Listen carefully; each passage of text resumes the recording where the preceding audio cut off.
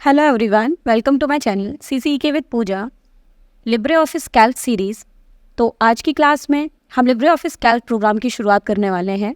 जैसा कि आप सब जानते हैं, CCC और O लेवल के एग्ज़ाम में लिब्रे ऑफिस प्रोग्राम की राइटर, कैल्क और इम्प्रेस, इनके बारे में कई सारे क्वेश्चन आते हैं। तो आज हम लिब्रे ऑफिस कैल्क प्रोग्राम की शुरुआत कर रहे हैं। तो चलिए स्टार्ट बटन पर आते हैं। यहाँ पर आपको लिब्रे ऑफिस का मेन फोल्डर दिखाई देगा।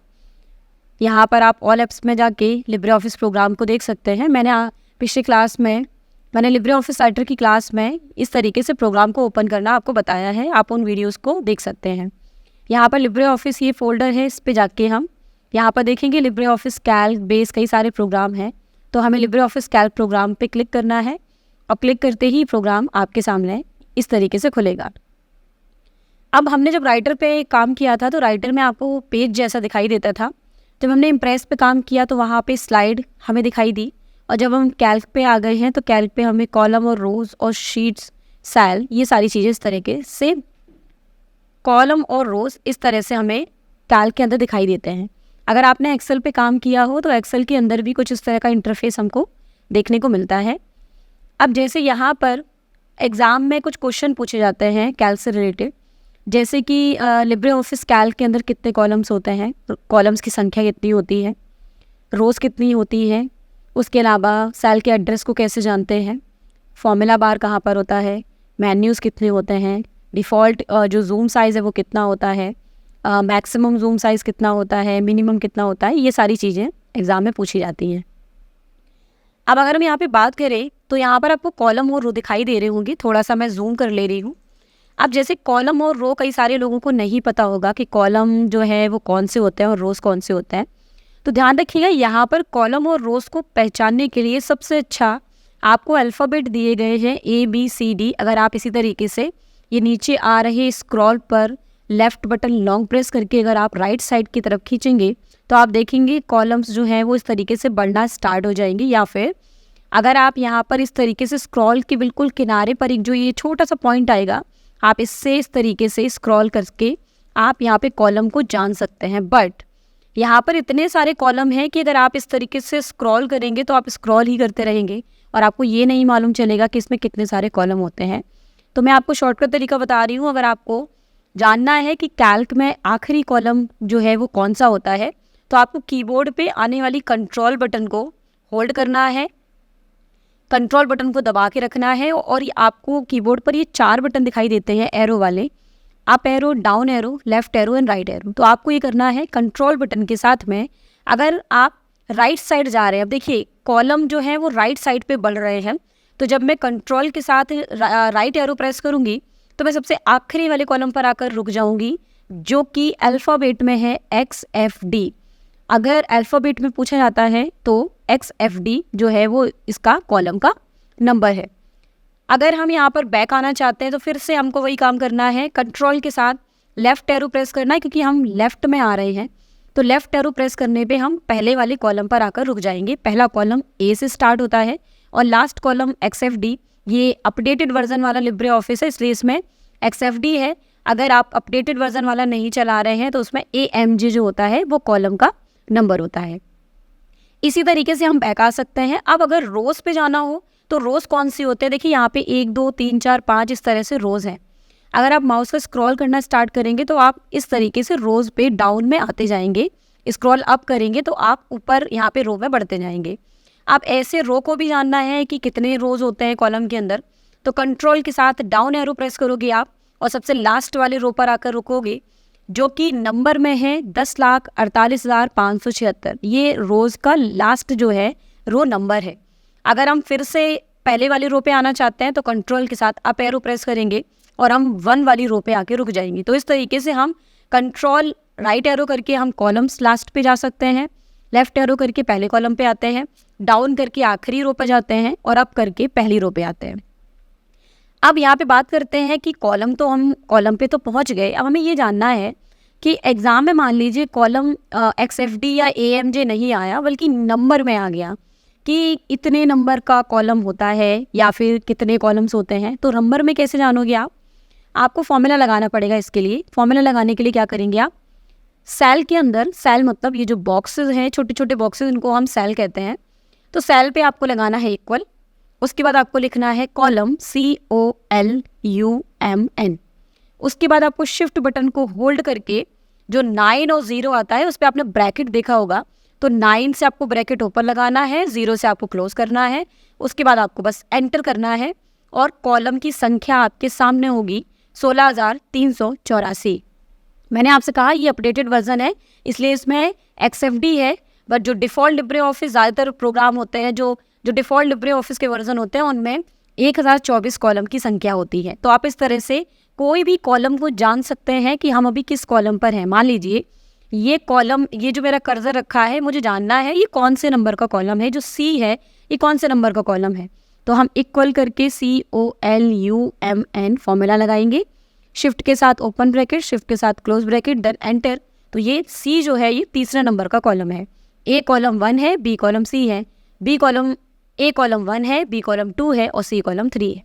इसी तरीके से रो भी जान सकते हैं आप अगर रो जानना चाहते हैं कि ये कौन से नंबर की रो है, तो यहाँ पर इसी सेल में हम रो का फॉर्मूला लगाएंगे, equal ROW open bracket close bracket और एंटर। ये रो है 8 नंबर की। अगर हम डाउन वाली रो पे जाते हैं और हमें जानना है ये कौन सी रो है, तो equal ROW open bracket close bracket then enter, 10,48,576। ये देखिए इसने रो बता दिया। तो इस तरीके से आप रोज़ और कॉलम तक आसानी से पहुंच भी सकते हैं, प्लस आप जान भी सकते हैं कि कैल्क के अंदर कितने कॉलम्स और कितने रोज़ होते हैं।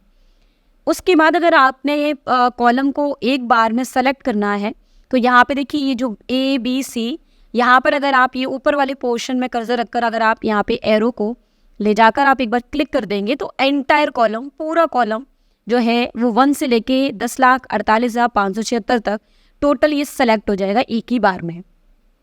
अगर आप रो को सिलेक्ट करना चाह रहे हैं तो आपको ये नंबरिंग पे कर्सर रखना है, उसके बाद क्लिक करना है, तो आप देखेंगे पूरी की पूरी रो जो है वो एक बार में इस तरीके से ये ब्लू एरिया बनाते हुए सेलेक्ट हो जाएगी। तो इस तरीके से आप कॉलम और रोज़ को सिलेक्ट करते हैं। अब बात करते हैं कि अगर हमें कोई कॉलम का साइज़ बढ़ाना है तो उसको कैसे बढ़ाते हैं।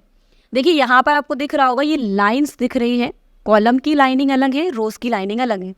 तो कॉलम की लाइनें वो हैं जो वर्टिकल हैं, जो इस तरह से दी हुई हैं, और रोज़ की लाइनें वो हैं जो हॉरिजॉन्टल में हैं। तो अगर मुझे मान लीजिए ये B वाले कॉलम का विड्थ बढ़ाना है, इसकी चौड़ाई बढ़ानी है, तो मैं यहाँ पे B के बाद में जो ये लाइन जहाँ से इसको काट रही है, सेपरेट कर रही है, बिल्कुल यहीं पर ऊपर हम कर्सर रखेंगे। जब आपको आपका कर्सर डबल एरो टाइप का दिखाई दे, तो आपको यहीं पर लेफ्ट बटन लॉन्ग प्रेस करके खींचना है राइट साइड की तरफ, अगर आप कॉलम को बढ़ाना चाहते हैं। तो देखिए कॉलम चौड़ा हो गया। अगर हम छोटा करना चाह रहे हैं तो यहीं पे कर्सर रखकर फिर डबल एरो को वेट करेंगे, और अगर हम अंदर की तरफ कॉलम को खींचेंगे तो कॉलम छोटा हो जाएगा इस तरीके से। तो इस तरीके से आप कॉलम का साइज़ जो है वो छोटा बड़ा कर सकते हैं। अब रही बात रो की, अगर तो रो में ये 1 2 3 इनके नीचे देखिए लाइन दिख रही है, आपको यहाँ पे लाइन पे कर्सर रखना है, सेम डबल एरो आएगा। इसको अगर आप अंदर की तरफ खींचेंगे तो इसकी हाइट कम हो जाएगी, और अगर मैं इसको बाहर की तरफ खींचूँ नीचे की तरफ, तो ये इसकी हाइट जो है वो बढ़ जाएगी। तो इस तरीके से हम कॉलम और रोज़ का साइज़ वगैरह जो है वो अपने अकॉर्डिंग इंक्रीज़ और डिक्रीज़ कर सकते हैं। अगर आपको कॉलम का साइज़ बढ़ाना है, घटाना है, तो इस तरीके से आप इसमें कर सकते हैं। उसके बाद अगर आपको पूरी शीट को एक बार में सेलेक्ट करना है, तो देखिए 1 और A के बीच में यहाँ पे एक छोटा सा बटन आ रहा होगा, ये A2 के नीचे। अगर यहाँ पर आप क्लिक करते हैं तो एंटायर शीट एक बार में, पूरी की पूरी शीट जो है आप देख सकते हैं, पूरी शीट एक बार में इस तरीके से सेलेक्ट हो गई। आप कंट्रोल A करके भी सिलेक्ट कर सकते हैं।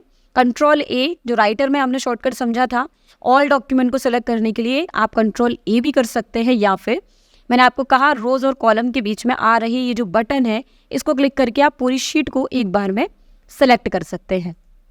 तो इस तरीके से जो है वो हम कैल्क पर कुछ बेसिक से काम करते हैं, ताकि हम कैल्क पर बेसिकली काम करना सीख सकें। अब उसके बाद मैं आपको बता रही हूँ, ये एरो आपको दिख रहा होगा, मैं जहाँ पर भी किसी भी सेल पे जब कर्सर को ले जा रही हूँ तो आपको मेरा कर्सर एरो टाइप का दिखेगा। इस एरो का काम है कि अगर आपको सेल्स को, कॉलम को, रोज़ को सिलेक्ट करना हो कुछ पोर्शन को, तो आपको यहाँ पे जिस सेल पे करना हो उस पर आप कर्सर को रखिए, लेफ्ट बटन को लॉन्ग प्रेस करिए, और आप खींचेंगे अगर इस तरीके से माउस को, तो आपका जो पोर्शन है, जो एरिया है, वो सेलेक्ट हो जाएगा जितना आपने इस तरीके से सेलेक्ट कर रखा है। तो इसका इस्तेमाल हम सेलेक्ट करने के लिए करते हैं। दूसरी चीज़, अगर आपको लगता है कि आपको कैल्क पे काम करते समय जो नंबर वगैरह है वो लिखने हैं, नंबर सीरीज टाइप करनी है, तो इसमें आप कोई भी नंबर टाइप करते हैं। मान लीजिए मैंने यहाँ पे टाइप किया 20, अब मैं 20 की बाद 21, 22, 23 इस तरीके से मैं ये नंबरिंग लेना चाहती हूँ। तो आपको अगर लिखना है तो आप बार बार एंटर करेंगे, फिर एक नंबर लिखेंगे। आपको बेसिकली करना क्या है, एक नंबर आप टाइप करिए, उसके बाद आप उस सेल पे क्लिक करिए और देखिए यहाँ पर आपको कोने में एक छोटा सा ब्लू पॉइंट दिखाई देगा। जब आप इस ब्लू पॉइंट पे कर्सर को लाएंगे तो आपको जो कर्सर है वो प्लस जैसा दिखेगा। आपको इस प्लस को पकड़ के डाउन में खींचना है और देखिए यहाँ पे ये साइड में नंबरिंग चलने स्टार्ट हो जाएंगे। आपको जितने नंबरिंग लेने हैं आप डाउन में से फिल करके ले सकते हैं। अगर आप डाउन में नहीं लेना चाहते तो आप इस पॉइंटर को राइट साइड खींचते हैं तो राइट में ही नंबरिंग बढ़ जाता है। अगर आप इसको लेफ्ट में लेना चाह रहे हैं तो आप इसको लेफ्ट में खींचिए तो लेफ्ट में नंबरिंग आएंगे। इस तरीके से आप नंबरिंग वगैरह को फिल कर सकते हैं। और सिर्फ नंबरिंग ही नहीं, अगर आपको वीक के जो नाम है, वीक के दिनों के नाम जो है वो आपको लिखने हैं, तो यहाँ पे जैसे मैं मंडे लिखूँ उसके बाद मैं इसको फिल करूँ तो ये वीक के नाम यहाँ पे मुझे इस तरह से लिख के दे देगा। अगर हम मंथ के नाम लिखना चाह रहे हैं, शॉर्ट में भी दे सकते हैं आप और फुल में भी लिख सकते हैं। जब इसको हम ड्रैग करते हैं तो यहाँ पे जनवरी, फरवरी, मार्च इस तरीके से ये फिल होके आ जाते हैं। अगर आप इसको सेलेक्ट रखने के बाद फिर से फिल कर देते हैं नीचे तो ये और इसी तरीके से ये सारे मंथ को बार बार रिपीट कर देगा। आप यहाँ पर डेट भी ले सकते हैं। जैसे यहाँ पे कोई डेट हम टाइप कर रहे हैं और हम चाहते हैं कि वो डेट हमें इसी तरीके से लिखनी है, तो यहाँ पर हम एक डेट लिखकर हम उसको इस तरीके से ड्रैग करते हैं नीचे। देखिए यहाँ पर मैंने इसको जो 9 फरवरी 2024 तक मैंने ये डेट जहाँ पे छोड़ दी वहाँ पे ये डेट इस तरीके से आ गई। तो इस तरीके से आप सेलेक्ट भी कर सकते हैं कैल्क के अंदर और आप इस ड्रैग ऑप्शन का इस्तेमाल करके आप कोई भी वैल्यू लाइक वीक के नाम, मंथ के नाम या फिर डेट वगैरह इस तरीके से आप इसको फिल कर सकते हैं। इस तरीके से आप जो है वो कैल्क पे कुछ बेसिक सा काम कर सकते हैं। क्योंकि अगर आपको कैल्क का ये बेसिक सा काम नहीं आता होगा तो आप कैल्क पे आपको काम करते समय बहुत ये डिटेल खुद से फिल करनी पड़ेगी। तो आपको अगर ये चीज़ें मालूम होगी तो आपका थोड़ा टाइम भी बचेगा और काम भी आसान हो जाएगा। तो इस तरीके से जो है वो आपने लिब्रे ऑफिस कैल्क के अंदर बेसिकली कॉलम रो को जानना, कॉलम पर जाना, कॉलम का फॉर्मूला मालूम करना और उसके अलावा डेटा को फिल करना, सेलेक्ट करना, सेल्स वगैरह को, ये सारी चीज़ें हमने आज की क्लास में सीखी। उम्मीद है कि आपको आज की क्लास समझ आई होगी। नेक्स्ट क्लास में हम इसी तरीके से कुछ और कैल्क के ऑप्शंस के बारे में बात करेंगे। मिलते हैं नेक्स्ट क्लास में।